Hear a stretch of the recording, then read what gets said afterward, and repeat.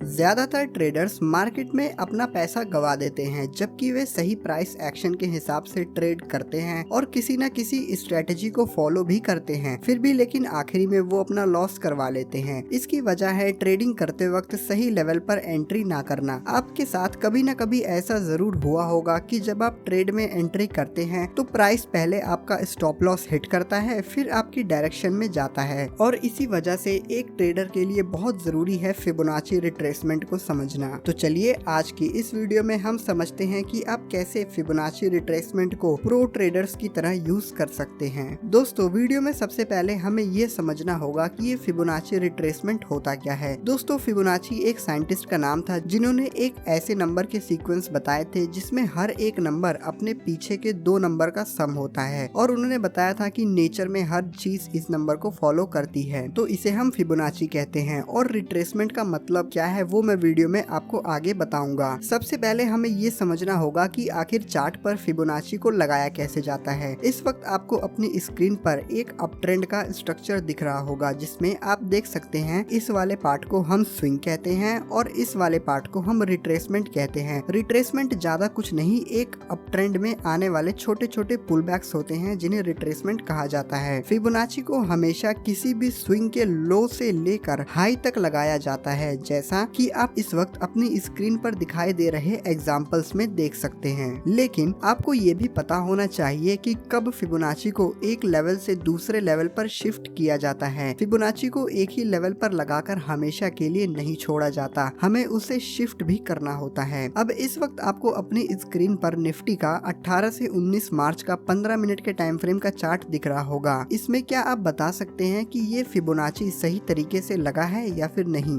दोस्तों, ये फिबोनाची गलत लगा है। इस चार्ट को अगर आप ध्यान से देखें तो इसमें एक से ज्यादा स्विंग लगे हैं। अगर इस चार्ट को हम लाइन के फॉर्म में देखें तो ये कुछ इस तरीके से दिखाई देगा, जिसमें स्विंग नंबर 1 ये वाला हिस्सा है, और फिर उसके बाद पुल बैक 1, फिर swing 2, pull back 2 and then swing 3। दोस्तों, आपको एक बात हमेशा ध्यान में रखनी है कि फिबोनाची को हमेशा सेम स्विंग के लो से लेकर उसी सेम स्विंग के हाई तक लगाया जाता है। इस चार्ट में फिबोनाची का स्टार्टिंग पॉइंट स्विंग 1 के लो पर लगा है, लेकिन जो लास्ट पॉइंट है वो स्विंग 3 के हाई पर लगा है, जो कि गलत है। अब मैं आपको इसका सही तरीका बताता हूँ, और वो भी परफेक्ट एंट्री पॉइंट्स के साथ। इस इमेज में आप देख सकते हैं कि फिबोनाची को फर्स्ट स्विंग के लो और हाई पर लगाया गया है, और आप देख सकते हैं कि प्राइस अपना ट्रेंड 38.2 के लेवल को रिस्पेक्ट करके और एक बुलिश इंगल्फिंग पैटर्न फॉर्म करने के बाद अपने ट्रेंड को कंटिन्यू कर रहा है, जिसे आप साफ साफ अपनी स्क्रीन पर देख सकते हैं। अब प्राइस ने पिछले स्विंग को 38.2 के लेवल तक का रिट्रेसमेंट दे दिया है, और